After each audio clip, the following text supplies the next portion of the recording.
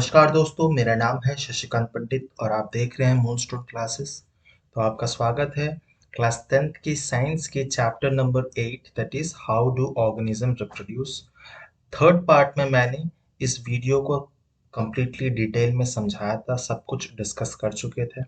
जैसे मैंने प्रॉमिस किया था, फोर्थ पार्ट है ये इस सीरीज का और इसमें हम लोग important question and answer discuss करेंगे।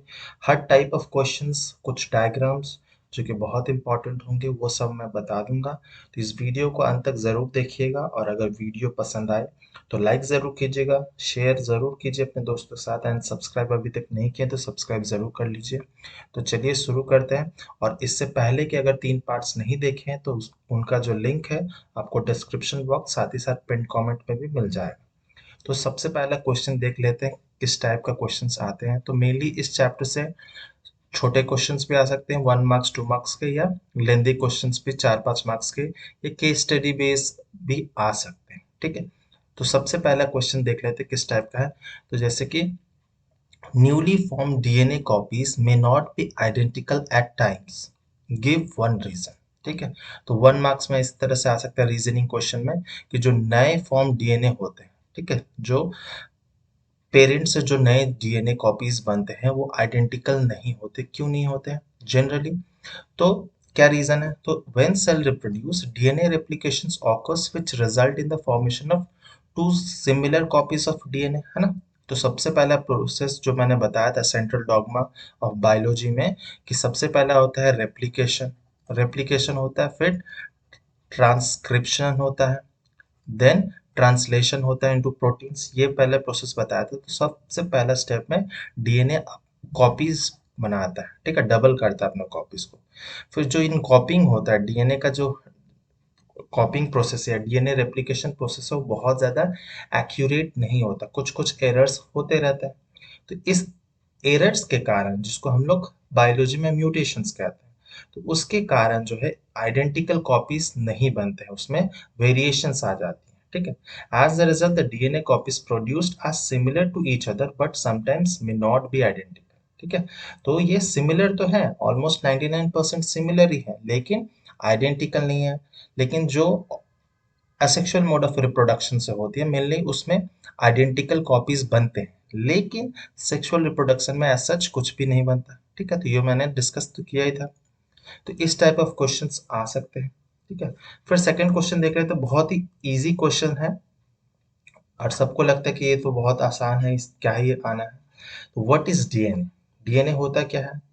तो डीएनए बेसिकली क्या नाम, DNA stand for what? Deoxy ribo nucleic acid. And RNA, RNA भी क्या है? जेनेटिक मटेरियल ही है, जिस तरह से डीएनए है और आरएनए भी वही है। उसमें DNA is deoxy ribo nucleic acid, RNA is ribo nucleic acid. ठीक है, सिर्फ डीऑक्सी नहीं है इसमें, तो राइबो न्यूक्लिक एसिड। ठीक है, तो ये भी जेनेटिक मटेरियल होता है। लेकिन हम लोग क्योंकि ज्यादा फोकस हमारा ह्यूमन पे है, ह्यूमन रिप्रोडक्शन पे है, तो DNA is our heredity material. और डीएनए बेसिकली एक पॉलीमर है, ठीक है, जो कि बना होता है किसका? सुगर एंड फॉस्फेट का। ठीक है, सुगर एंड फॉस्फेट का बैकबोन होता है और नाइट्रोजनस बेसिस हैंग करते हैं।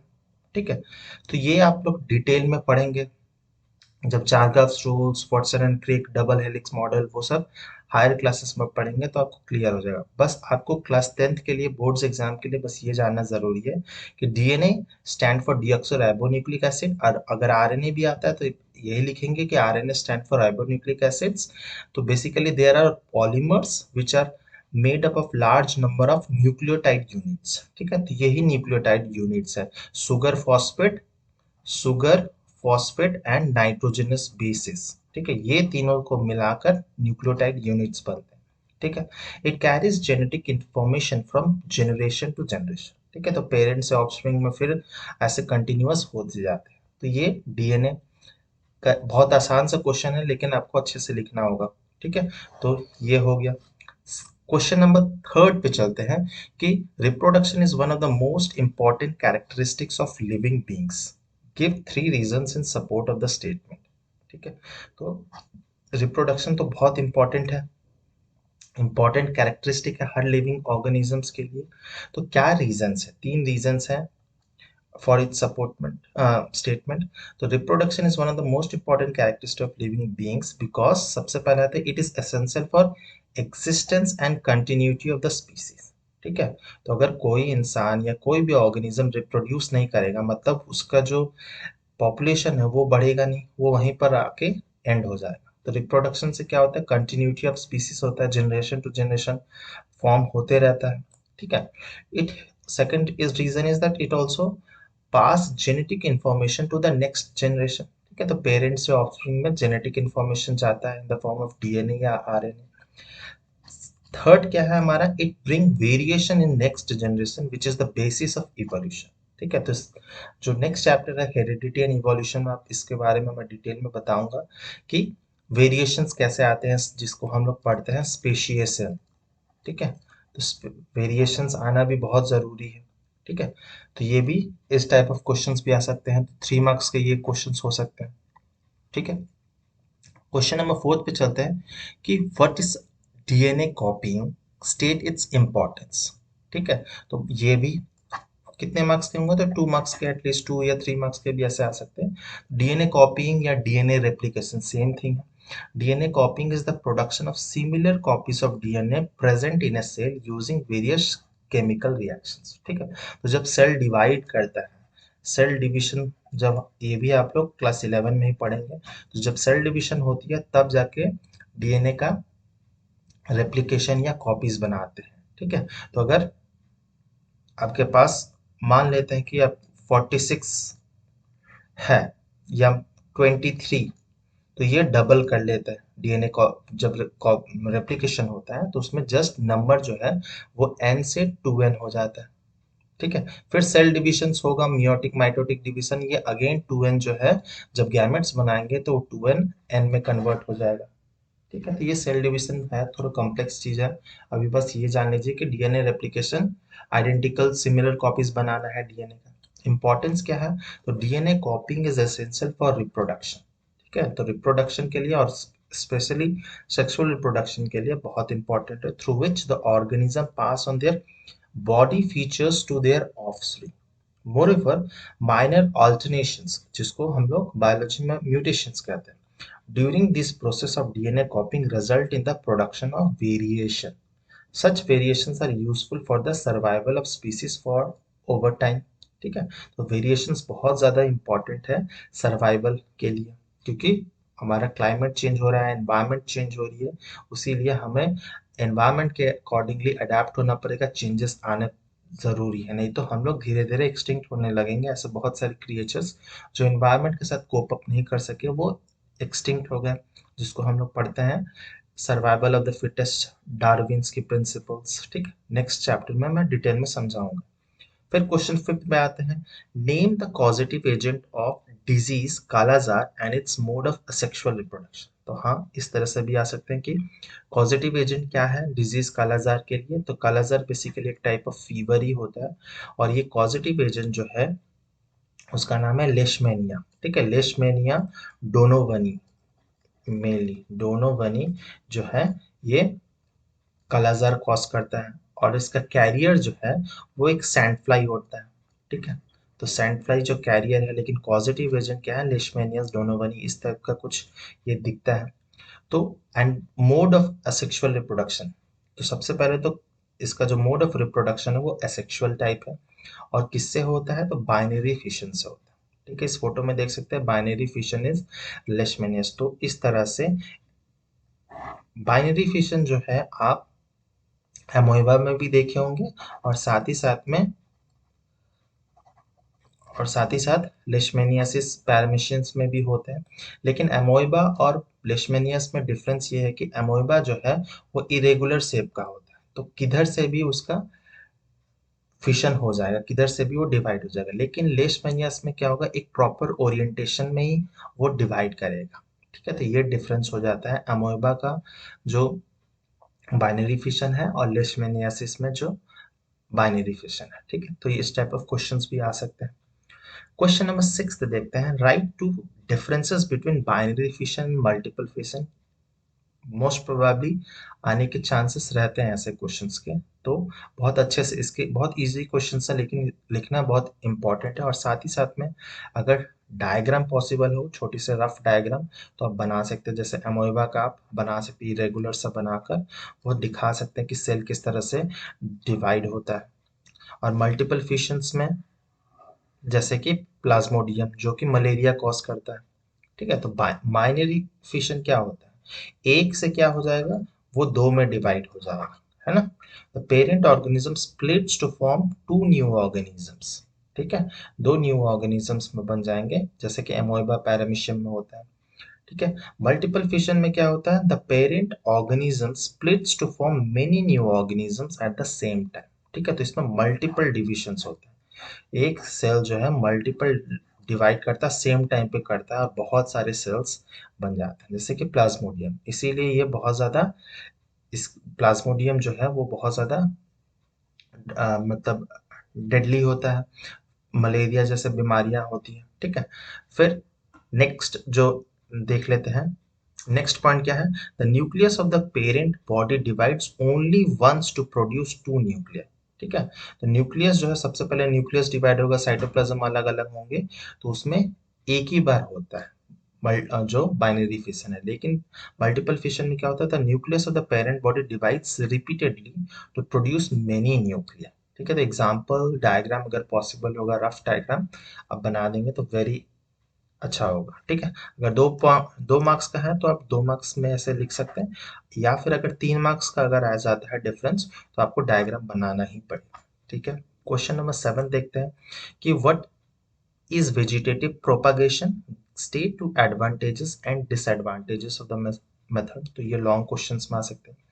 तो वेजिटेटिव क्या है, एक टाइप ऑफ सेक्सुअल रिप्रोडक्शन ही है, in which the plant parts other than seeds are used as a propagule, ठीक है।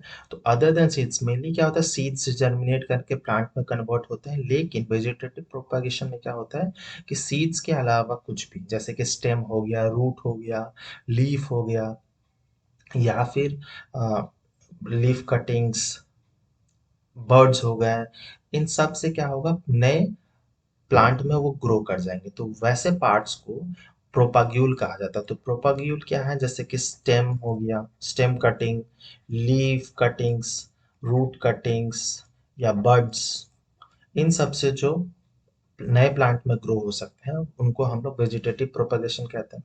एडवांटेजेस क्या है, तो desirable character of the plant can be preserve through generation, ठीक है। तो डिजायरेबल जो कैरेक्टर्स हैं प्लांट के, हम लोग उसको प्रिजर्व कर सकते हैं, ठीक है। क्योंकि इसमें एसेक्सुअल टाइप ऑफ रिप्रोडक्शन है, तो only one parent is needed, है ना। तो वेरिएशंस होगा ही नहीं, तो डिजायरेबल कैरेक्टर हम लोग प्रिजर्व कर लेंगे।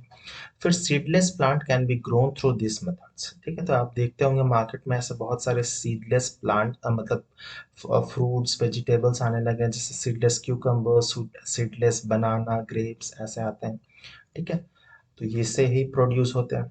फिर डिसएडवांटेजेस ऑफ वेजिटेटिव प्रोपेगेशन क्या है, तो plants produced by this method possesses less vigour, ठीक है, and are more prone to diseases, ठीक है। तो इनमें फर्टिलिटी जो होता है लेस विगर होता है, और प्रोन टू डिजीज होता है। मतलब क्या, अगर एक को बीमारी होगी तो साथ ही साथ सबको बीमारी हो जाएगी, क्योंकि जेनेटिक जो कंटेंट है पॉपुलेशन में वो तो सेम, ठीक है, वो वेरी नहीं कर रहा है। तो इसमें अगर एक को बीमारी लगेगी तो पूरा जो पॉपुलेशन है वो पूरा डिस्ट्रॉय हो जाएगा।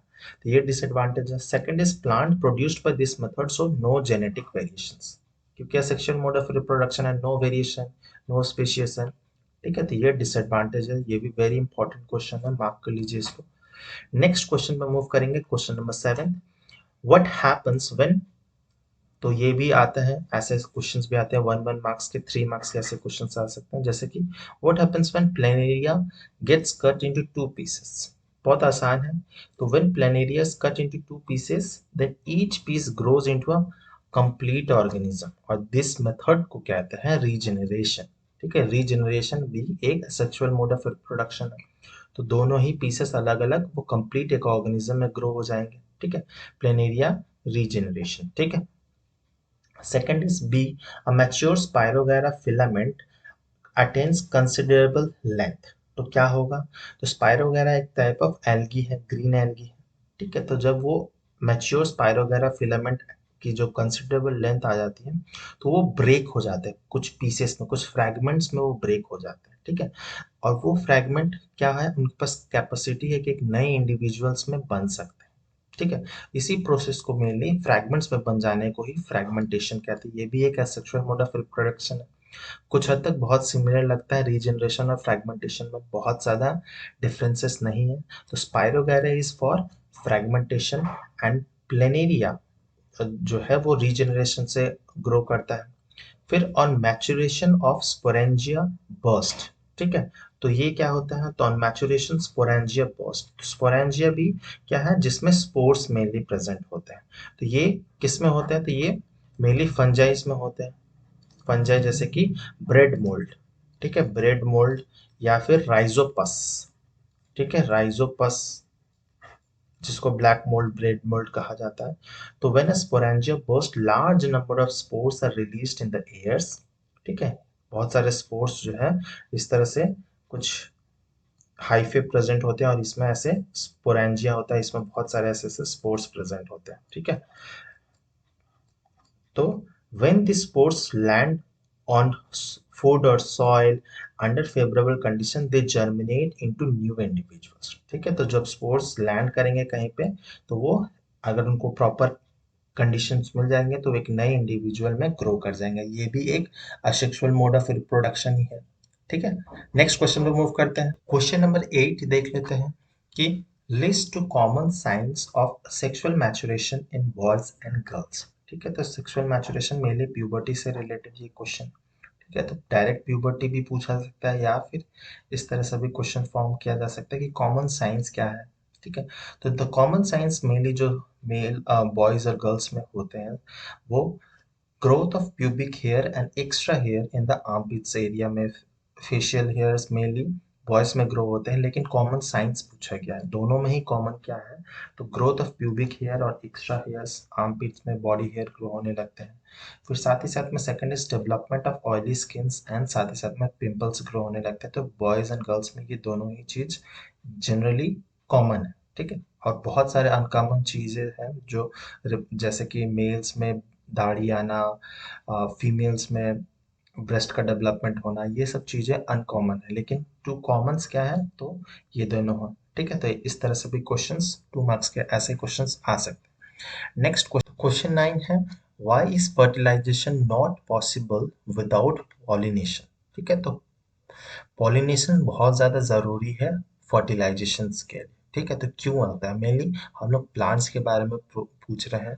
तो पॉलिनेशन पहले होना ज़रूरी है तभी फर्टिलाइजेशन होगा, क्योंकि पॉलिनेशन का मतलब क्या है कि pollination means transfer of pollen grains, ठीक है। तो मेल जो रिप्रोडक्टिव पार्ट होता है पोलन, उसमें जो गैमेट होता है मेनली उसी को हम लोग पोलन ग्रेन कहते हैं। तो पोलन ग्रेन का जब ट्रांसफर होता है to the female reproductive part, जहाँ पर वो स्टेमन स्टिग्मा पर लैंडिंग करेगा, ठीक है, तो उस प्रोसेस को पॉलिनेशन मेनली कहा जाता है। तो सेल्फ पॉलिनेशन, क्रॉस पॉलिनेशन के बारे में डिटेल में मैंने समझाया था। तो वो प्रोसेस जिसमें पोलन ग्रैंस का जो मेल गैमेट है, इन टर्म्स ऑफ प्लांट्स बोल रहे हैं, वो ट्रांसफर होता है फीमेल गैमेट पे, जो स्ट्रक्चर फीमेल रिप्रोडक्टिव स्ट्रक्चर है स्टिग्मा पे, तो उस प्रोसेस को पॉलिनेशन कहते हैं। जब तक पॉलिनेशन नहीं होगा फर्टिलाइजेशन नहीं हो सकता, क्योंकि जब तक पोलन ग्रेन लैंड नहीं करेगा स्टिग्मा पे और वो लैंड करेगा फिर जाके वो पोलन ट्यूब के थ्रू वो फर्टिलाइज करेगा, है ना। तो इसीलिए बहुत इंपॉर्टेंट स्टेप है ये। तो इससे लॉन्ग क्वेश्चन भी आ सकता है, जो एम्ब्रॉय सैक का फिगर है वो भी बहुत इंपॉर्टेंट है, साथ ही साथ में किस तरह से फर्टिलाइजेशन होता है, डबल फर्टिलाइजेशन प्लांट्स में मेनली, वो भी बहुत इंपॉर्टेंट है, ठीक है। The process of pollination ensure that male gametes bearing structure, that is pollen grains come in contact with the female reproductive structure of the plant, ठीक है। तो जो स्टिग्मा है उसके साथ कंटैक्ट होता है तभी फर्टिलाइजेशन होगा। और once the male and female gamete are close vicinity the fuse and fertilization is accomplished, hence fertilization cannot take place without pollination। Very important question है, 1 मार्क्स में से आते हैं। नेक्स्ट क्वेश्चन नंबर 10 देखते हैं। क्वेश्चन नंबर 10 क्या है, what is the main difference between sperms and eggs of humans, write the importance of this difference, ठीक है। तो जो मेन डिफरेंस क्या है स्पर्म्स और एग में, तो बहुत ऑब्वियस है कि स्पर्म जो है वो मेल बॉडी में ही प्रोड्यूस होता है। ठीक है, मेल बॉडी में ही हमारा स्पर्म जो प्रोड्यूस होगा।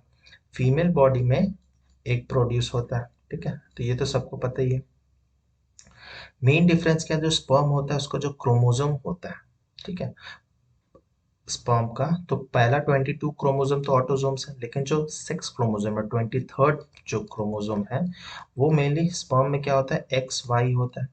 और जो फीमेल में होता है, एग में होता है 23rd, that is the sex chromosome, वो एक्स एक्स टाइप का होता है। ठीक है, तो मेन डिफरेंस यहाँ पर है। तो जेनेटिक जो मेकअप है सेक्स क्रोमोसोम का फॉर मेल्स वो एक्स वाई है और फीमेल्स के लिए एक्स एक्स है। ठीक है, तो मेन डिफरेंस यहीं पर आ जाता है। और इम्पोर्टेंस क्या है, this helps in the determination of sex of a person and maintaining the genetic continuity of the organism. और यही डिपेंड करता है कि जो ऑप्शन बनेगा वो मेल है या फीमेल है। ठीक है, तो इसके बारे में आप लोग जो नेक्स्ट चैप्टर है हेरिडिटी एंड इवोल्यूशन, जिसमें मेंडल्स लॉ मैं डिस्कस करूंगा, उसमें आप पढ़ेंगे इसको डिटेल में कि किस तरह से सेक्स डिटरमाइन होता है मेनली ह्यूमन बींग्स में। ठीक है, तो उसमें और डिटेल में मैं बता दूंगा। नेक्स्ट 11th नंबर क्वेश्चन देखते हैं कि list two preparations shown every month by the uterus in anticipation of pregnancy in humans। ठीक है, यूटेरस क्या करता है प्रिपरेशन, तो वो दो प्रिपरेशन है। पहला है the wall of the uterus becomes thick to receive the fertilized egg. ठीक है, तो यूटेरस अपने वॉल जो होता है, उस यूटेरस का जो वॉल है वो थिक हो जाता है ताकि फर्टिलाइज्ड एग को वो रिसीव कर सके। द सेकंड क्या है, the uterine wall is richly supplied with blood to nourish the growing embryo. ठीक है, और ब्लड रिच पूरा बहुत सारे ब्लड्स वेसल्स वहाँ पर आ जाते हैं ताकि जो एम्ब्रॉयो अगर फर्टिलाइजेशन हुआ है और एम्ब्रॉयो वहाँ पर आके इम्प्लांट हुआ है तो उसको नरिशमेंट मिल सके, ग्रोथ हो सके। तो ये दो तैयारी यूटेरस जो है हर महीने करके रखता है। और अगर फर्टिलाइजेशन नहीं होगा तो ये जितने भी ब्लड वेसल्स हैं और अनफर्टिलाइज्ड एग जो है वो रिलीज हो जाता है मेंस्ट्रुअल साइकिल के टाइम पे। तो ये हो सकता है। तो फर्टिलाइजेशन नहीं होता है तो क्या होता है उसके बारे में मैंने डिटेल में थर्ड पार्ट में बताया, तो आप जरूर देखिएगा। नेक्स्ट क्वेश्चन पर मूव करेंगे, question number 12, state the role of placenta in the development of embryo. ठीक है, तो वेरी इंपॉर्टेंट ये भी क्वेश्चन, उसको भी मैंने डील बहुत डिटेल में किया है, तो देख सकते हैं। तो प्लेसेंटा एक फिजियोलॉजिकल कनेक्शन है between an embryo and the uterine wall of the mother. ठीक है, तो एक फिजियोलॉजिकल कनेक्शन है जो कि मेनली प्रेगनेंसी के टाइम पे ही होता है ऑफ फीमेल, तो जो कि एक कनेक्शन बनाता है embryo and the uterine wall में। ठीक है, of the mother, through which nutrient and other useful substances enter into the foetus from mother's blood. ठीक है, तो दो चीज होती है। तो यूजफुल सब्सटेंस नरिशमेंट ब्लड्स और भी बहुत कुछ जो है विटामिन वगैरह वो मदर्स के जो खून में है वो फीटस में जाता है। साथ ही साथ में जो वेस्ट प्रोडक्ट्स बनता है, ठीक है, जैसे यूरिया कार्बन डाइऑक्साइड, वो भी क्या करता है प्लेसेंटा ही बाहर में ले जाता है जो ब्लड में। ठीक है, और वो मदर्स ब्लड में फ्रॉम द फीटस। ठीक है, तो ये दोनों ही काम, खाना भी देना और साथ ही साथ में जो वेस्ट प्रोडक्ट है उसको भी रिसीव करना, तो ये दोनों काम क्या करता है वो प्लेसेंटा का काम है, जो कि कनेक्शन बनाता है मेनली एम्ब्रॉयो जो फीटस ग्रो हो रहा है और यूट्राइन वॉल का। ठीक है, मदर के। तो ये क्वेश्चन भी वेरी वेरी इंपॉर्टेंट क्वेश्चन है। 13th क्वेश्चन देख लेते हैं कि list the parts of human male reproductive system which contributes fluid to the semen. ठीक है, state two advantage of semen offers to the sperm. ठीक है, तो सबसे पहला है कि हमें बताना है कि two parts of human male reproductive system which contribute fluid to the semen. ठीक है, तो मैं पहले बता देता हूँ कि स्पर्म और सीमेन में डिफरेंस ये है कि स्पर्म तो टेस्टिस में बना, लेकिन कुछ एक्सेसरी रिप्रोडक्टिव ग्लैंड्स भी होते हैं, मेल एक्सेसरी रिप्रोडक्टिव ग्लैंड, जैसे कि seminal vesicles, prostate glands, Cowper glands, bulbourethral glands, ये सबसे भी कुछ सिक्रेशंस निकलते हैं। तो वो सिक्रेशंस एज सिक्रेशन जो कि mainly male accessory reproductive gland से निकलते हैं, ये दोनों मिलाकर हम लोग उसको सीमेन कहते हैं। तो ये मेन डिफरेंस है between the sperm and the semen. ठीक है, ये दोनों पता होना चाहिए। The two advantage that semen offer to the sperm, तो सीमेन क्या हेल्प करता है स्पर्म को मेनली, तो it provide nutrition to the sperm, क्योंकि ये सब जो glands seminal vesicle prostate glands ये सब में बहुत ज़्यादा एनर्जी प्रोड्यूसिंग सिक्रेशंस होते हैं, जैसे कि कैल्शियम आयंस का, फिर फ्रुक्टोज का, शुगर मॉलिक्यूल्स, और भी बहुत कुछ इससे रिलीज होता है हमें। ठीक है, तो मेल एक्सेसरी ग्लैंड है जो कि नरिशमेंट प्रोवाइड करता है सीमेन को, एनर्जी प्रोवाइड करता है, और साथ ही साथ में it activates the sperm. Energy provide करेगा तो स्पर्म में मोटिलिटी आ जाएगी, वो आसानी से मूव कर सकता है फीमेल बॉडी जो पार्ट है, and make the transport easier into the vagina of the female during the sexual act. ठीक है, तो मोटिलिटी आ जाते हैं, एनर्जी आ जाएगा तो मोटिलिटी आएगा साथ साथ में, तो ये भी वेरी इंपॉर्टेंट क्वेश्चन है। ठीक है, क्वेश्चन नंबर 14 देख लेते हैं कि explain the implantation of zygote. ठीक है, तो ये जो है टॉपिक आपके क्लास 10th के लिए बहुत ये शॉर्ट क्वेश्चंस में ही आ सकता है, मैक्सिमम 2 मार्क्स 3 मार्क्स, उससे ज़्यादा नहीं आएगा। लेकिन हायर क्लास में इसमें आप लेंदी डिटेल में पढ़ेंगे आपको, लेकिन क्लास 10th में इतना डिटेल में पढ़ना ज़रूरी नहीं है कि किस तरह से इम्प्लांटेशन होता है। तो फर्स्टली आपको पता होगा कि मेल जो गैमेट है, स्पर्म और एग जो कि ओवरी से निकलता है, तो इसका फ्यूजन होता है कहाँ, तो फैलोपियन ट्यूब में होता है। फ्यूजन होने के बाद क्या बनेगा, जाइगोट बनेगा। ठीक है, फिर जाइगोट में बहुत सारा मियोटिक डिविजन्स होंगे और वो फिर एम्ब्रॉयो में चेंज हो जाएगा। ठीक है, ब्लास्टोसिस जिसको कहते हैं। तो फिर एम्ब्रॉयो जाके वो यूट्राइन वॉल में अटैच हो जाएगा। मेनली इसी प्रोसेस को इम्प्लांटेशन कहते हैं। ठीक है, तो ऐसे भी आप लिख सकते हैं, फ्लो चार्ट के थ्रू भी अगर बनाएंगे तो ज़्यादा अच्छा रहता है, क्योंकि टीचर को वो ज़्यादा इम्प्रेस करता है। अगर आप लेंदी वे में ऐसे लिखते जाएंगे तो मज़ा नहीं आएगा, तो आप फ्लो चार्ट में बनाएंगे तो आपको ज़्यादा हेल्प करेगा और ज़्यादा लिखना भी नहीं पड़ेगा। ठीक है, तो क्रिएटिविटी लाइए अपना राइटिंग स्किल्स में, तो बहुत इंपॉर्टेंट होगा। ठीक है, तो implantation of zygote refers to the process of attachment of the blastocysts. ठीक है, तो मेनली ब्लास्टोसिस जो एम्ब्रॉयो, ठीक है, 32 सेल स्टेज की होती है, एम 32 सेल की, on the inner wall of the uterus, uterine wall में अटैच्ड होना, उसी को इम्प्लांटेशन कहते हैं। और इम्प्लांटेशन कब होती है, तो it occurs on the 7th day after fertilization, तो फर्टिलाइजेशन होने के 7वें दिन बाद या 7वें दिन को भी इम्प्लांटेशन होती है, and is controlled by the oestrogen and progesterone hormone. ठीक है, और इनमें ओस्ट्रोजन और प्रोजेस्टेरॉन हार्मोन जो है, या ईस्ट्रोजन भी बहुत बुक्स में लिखे होते हैं, तो दोनों ही हार्मोन्स इंपॉर्टेंट रोल प्ले करते हैं इम्प्लांटेशन में। तो ये बेसिक ब्रीफ आइडिया है इम्प्लांटेशन का। नेक्स्ट क्वेश्चन, क्वेश्चन नंबर 15 देखते हैं, list 3 techniques that have been developed to prevent pregnancy. Develop to prevent pregnancy. ठीक है, तो सब ये लॉन्ग लेंदी क्वेश्चन है। Which one of this techniques is not meant for males, फिर how does the use of this techniques have a direct impact on the health and prosperity of the family. तो जो last part of the question है ये open ended question है, इसका as such आप अपने हिसाब से लिख सकते हैं। ठीक है, तो सबसे पहला मेथड देख लेते हैं कि 3 टेक्निक्स ऐसे बताने हैं कंट्रासेप्टिव टेक्निक्स जिससे प्रेगनेंसी को रोका जा सकता है। तो सबसे पहला है बेरियल मेथड। ठीक है, मैकेनिकल बेरियर मेथड, जैसे कि यूज ऑफ कॉन्डोम, डायाफ्राम्स, इन सब का यूज करके। फिर साथ ही साथ में सेकंड मेथड है केमिकल मेथड्स, जैसे ओरल पिल्स हो गया, वेजाइनल पिल्स, साथ ही साथ इंट्रायूट्राइन डिवाइसेस आईयूडीज। ठीक है, जैसे कॉपर टी हो गया, ये सब भी केमिकल मेथड में ही आएगा। फिर तीसरा मेथड है सर्जिकल मेथड। ठीक है, तो सर्जिकल मेथड मेनली वेसेक्टोमी जो होती है वो मेल्स में की जाती है और ट्यूबेक्टोमी फीमेल्स में। और सेकंड पार्ट क्या था कि विच one of this technique is not meant for mails, तो कौन कौन से मेथड जो है वो मेल्स के लिए नहीं है। तो barrier method obviously male female दोनों के लिए है, सर्जिकल मेथड भी मेल फीमेल दोनों के लिए है, लेकिन जो केमिकल मेथड है वो मेनली फीमेल्स के लिए होते हैं, मेल्स के लिए नहीं होते।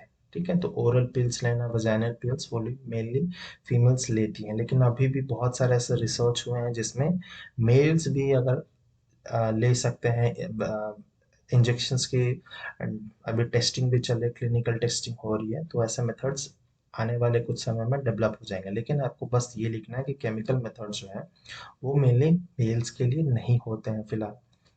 फिर how does the use of this techniques, तो ये कंट्रासेप्टिव टेक्निक्स किस तरह से डायरेक्ट इम्पैक्ट करती है health and prosperity of a family, किस तरह से करती है। तो use of this techniques help to keep control over the number of childrens in the family.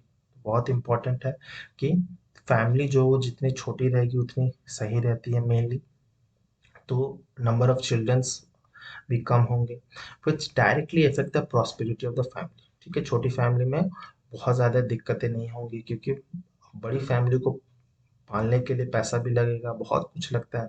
ठीक है, तो one of the most common reasons for deterioration of women health, और सबसे इम्पोर्टेंट तो यह है कि चलो आपके पास पैसा है, आपने 10 बच्चे कर लिए, लेकिन साथ ही साथ में जो फीमेल है, मदर है, उसकी वुमेन की हेल्थ, एक वो मशीन तो नहीं है, एक ह्यूमन ही है, तो उसकी हेल्थ बहुत ज़्यादा डिटोरिएट कर जाएगी।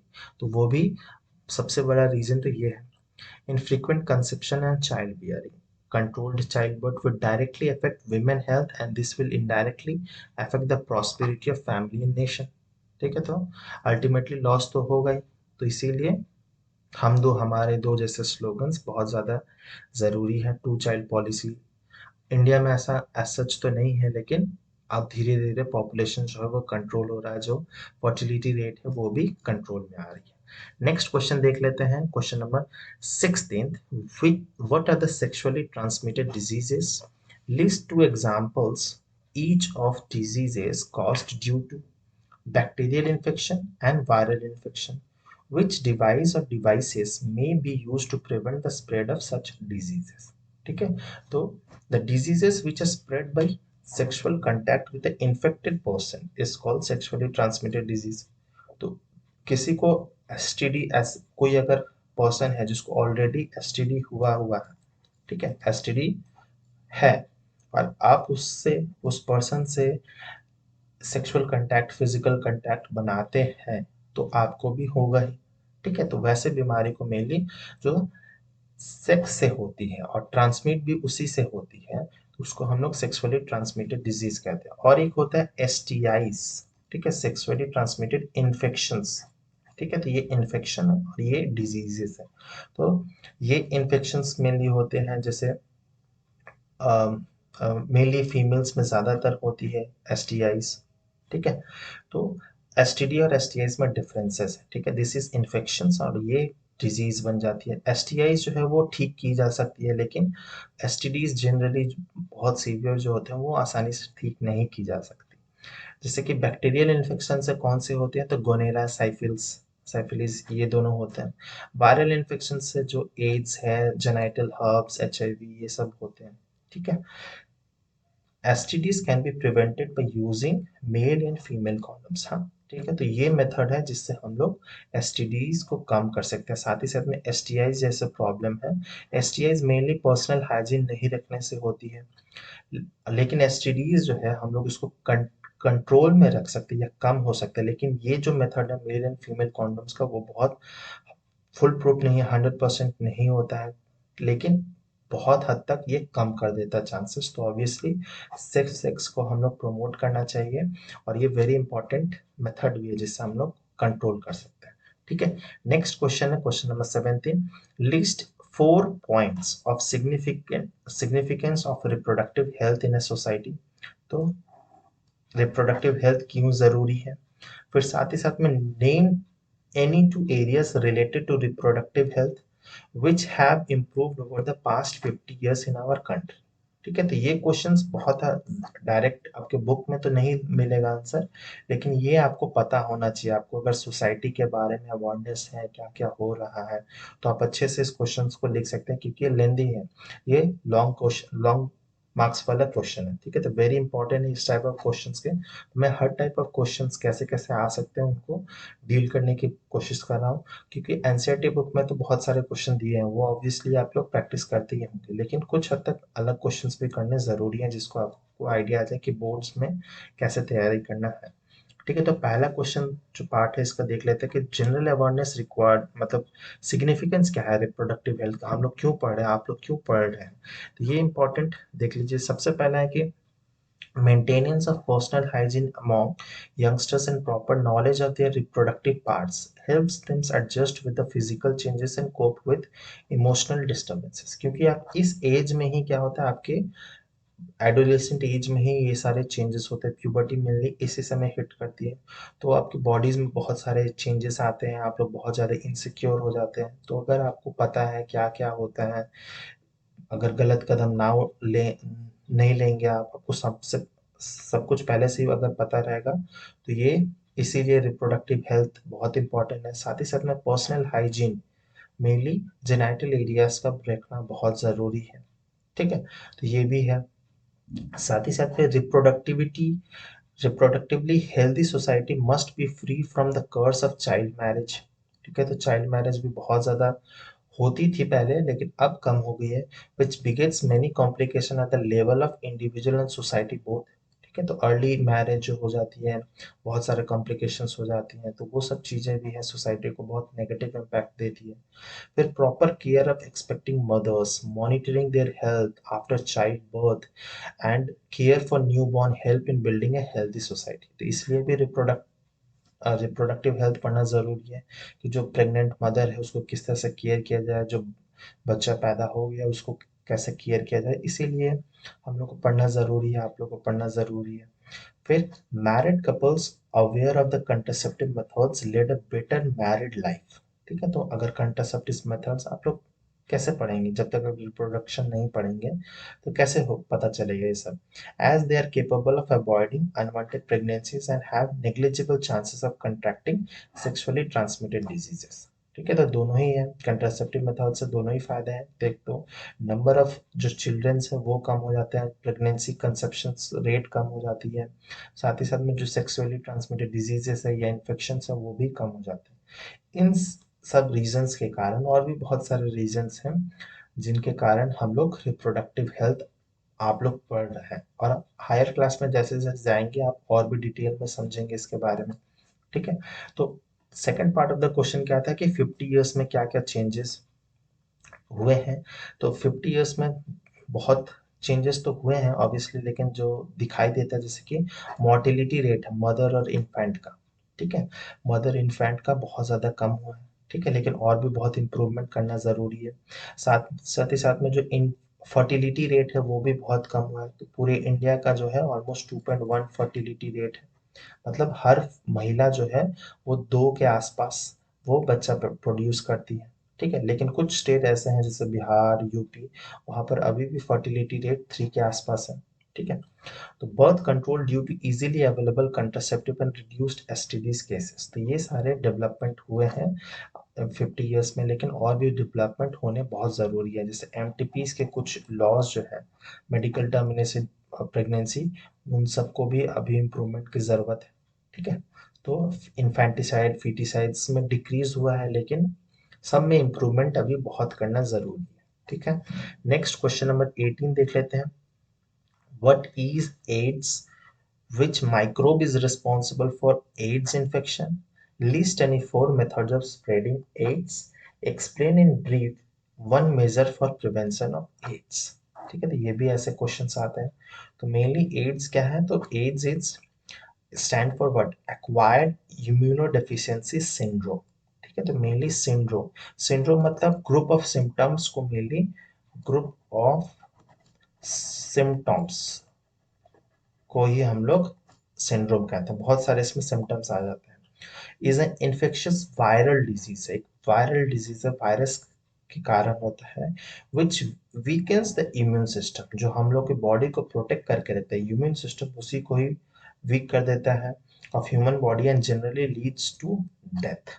ठीक है, धीरे धीरे इम्यून सिस्टम बहुत कमजोर हो जाता है, और छोटी सी खांसी जुकाम होने के बाद वो पर्सन आराम से डेथ हो जाती है। It is caused by A retrovirus called HIV। ठीक है, तो ये डिफरेंस है मेनली एड्स और HIV में। तो HIV is a virus, human immunodeficiency virus, जो कि एड्स को कॉज करता है। ठीक है, और ये एक रिट्रोवायरस है। ठीक है, फिर 4 मेथड्स क्या है जिससे एड्स स्प्रेड होती है। तो ऑब्वियसली एक सेक्सुअली ट्रांसमिटेड डिजीज है, तो unprotected sex with an infected partner या मल्टीपल पार्टनर्स के साथ भी ये हो सकता है। अगर बहुत लोग इस फील्ड में है तो उनको चांसेस ज़्यादा हो सकता है। फिर use of contaminated needles and syringes, तो गलती से अगर कोई पर्सन को ऑलरेडी एड्स है और उसी सिरिंज से उसी निडल से आपको भी ट्रीटमेंट दिया गया है तो उससे भी फैल सकता है।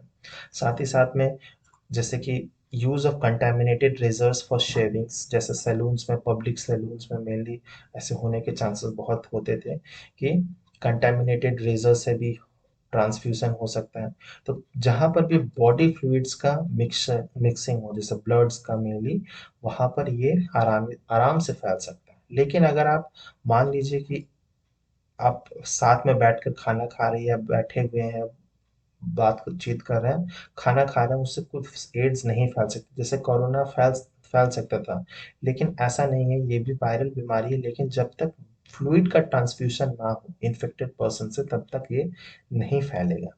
फिर ट्रांसफ्यूजन ऑफ इन्फेक्टेड ब्लड या ब्लड प्रोडक्ट्स, तो ये से फैल सकता है। ठीक है, तो ये सारे रीजंस हैं स्प्रेड होने के। फिर इसको हम लोग कैसे कम कर सकते हैं, तो मेन है वही बैरियर मेथड जो है, use of condoms, male females दोनों ही यूज कर सकते हैं, जो कि फिजिकल बैरियर है, can reduce the sexual exposure to HIV। ठीक है, तो ये सारे इस टाइप ऑफ क्वेश्चंस आपको प्रैक्टिस करने होंगे, देखने होंगे, और भी बहुत सारे ऐसे क्वेश्चंस आपको आसानी से बुक्स में, अगर आपको थॉरोली पढ़ेंगे तो आपको बहुत सारे आंसर जो है ऑलरेडी लिख सकते हैं। ठीक है, और कुछ डायग्राम्स हैं जो कि मैं आपको बता दे रहा हूँ कि बहुत इंपॉर्टेंट है। आप वो डायग्राम्स बहुत अच्छे से प्रैक्टिस जरूर कर लीजिएगा, जैसे कि बाइनरी फिशन इन अमोइबा। ठीक है, बाइनरी फिशन इन अमोइबा का चांसेस बहुत सारे हैं।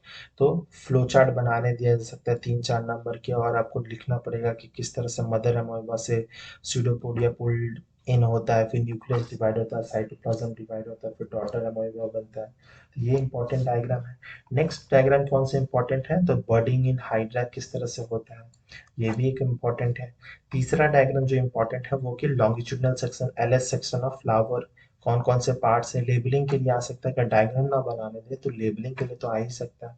ठीक है, क्या फंक्शंस है, ये सब पूछे जा सकते हैं, तो वेरी इंपॉर्टेंट है ये भी। नेक्स्ट जो है एम्ब्रॉयस टाइप का, ये तो वेरी वेरी इंपॉर्टेंट है, इसको मार्क कर लीजिए, वेरी वेरी इंपॉर्टेंट है ये diagram. Pollen rain, pollen tube, किस तरह से फ्यूजन होता है, 8 न्यूक्लियस 7 सेल स्टेज। फिर जर्मिनेशन ऑफ सीड्स कैसे होता है, ये भी वेरी इंपॉर्टेंट है। ठीक है, प्लूम्यूल रेडिकल्स, इसका क्या इंपॉर्टेंस है, कॉटिलिडन्स का। फिर है हमारा जो मेल रिप्रोडक्टिव सिस्टम है, अब बनाने ना दिया जाए क्योंकि थोड़ा सा कॉम्प्लेक्स है, लेकिन लेबलिंग के लिए आ सकता है, क्या क्या रोल है सबके, ये पूछे जा सकते हैं। फिर स्पर्म का भी बहुत इंपॉर्टेंट है, डायग्राम बहुत आसान है ये, तो इसे ज़रूर प्रैक्टिस करिएगा। फीमेल जो रिप्रोडक्टिव सिस्टम है उसके डायग्राम बनाने के चांसेस ज़्यादा आ जाएंगे, क्योंकि ये थोड़ा सा कंपैरेटिवली ईजी है बनाना, या फिर लेबलिंग में भी आ सकता है। ठीक है, लेबलिंग में एक चीज़ मैं बता दूं कि हमेशा ही कोई भी डायग्राम देखेंगे तो लेबलिंग जो होता है वो एक साइड होती है, या तो आप लेफ्ट में कीजिए या फिर राइट कीजिए। ऐसा नहीं कि जैसे इस डायग्राम में देख लीजिए, क्योंकि ये थोड़ा कॉम्प्लेक्स डायग्राम है, इसीलिए चारों तरफ लेबलिंग की गई है। लेकिन एग्जाम्स में आप लोग कोशिश कीजिएगा कि जैसे इस फिगर में स्पर्म्स वाले में लेबलिंग हमेशा ही एक साइड होती है। ठीक है, तो ये सब छोटी छोटी चीजें हैं, आपको पता होना चाहिए, तब जाके आपको जो एक्स्ट्रा मार्क्स हैं बोर्ड्स में वो आएंगे। ठीक है, तो उम्मीद करता हूँ आपको इस चैप्टर से सब कुछ क्लियर हो गया होगा। अगर आपको कोई डाउट है तो आप कमेंट सेक्शन में पूछ सकते हैं, या फिर आप इंस्टाग्राम पे भी जुड़कर मुझसे पूछ सकते हैं। अगर वीडियो अच्छा लगा तो लाइक ज़रूर कीजिएगा, कमेंट करके बताइए कैसा लगा, शेयर कीजिए दोस्तों के साथ, एंड सब्सक्राइब अभी तक नहीं किया तो सब्सक्राइब ज़रूर कर लीजिए, और बेल आइकन को ज़रूर हिट कर लीजिएगा ताकि नोटिफिकेशन टाइमली मिलता रहे। मिलते हैं नेक्स्ट वीडियो में एक नए चैप्टर के साथ में। टिल देन बाय बाय, जय हिंद।